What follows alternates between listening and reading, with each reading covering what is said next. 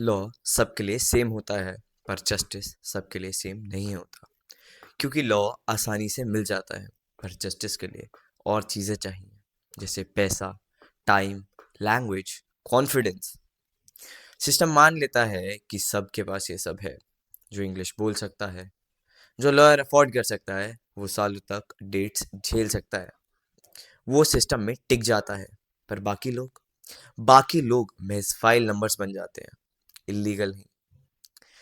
एनाटोल France ने सही कहा था, लॉ रिच और पुअर दोनों को ब्रिज के नीचे सोने से मना करता है, पर सबके पास छत हो ये ज़रूरी नहीं।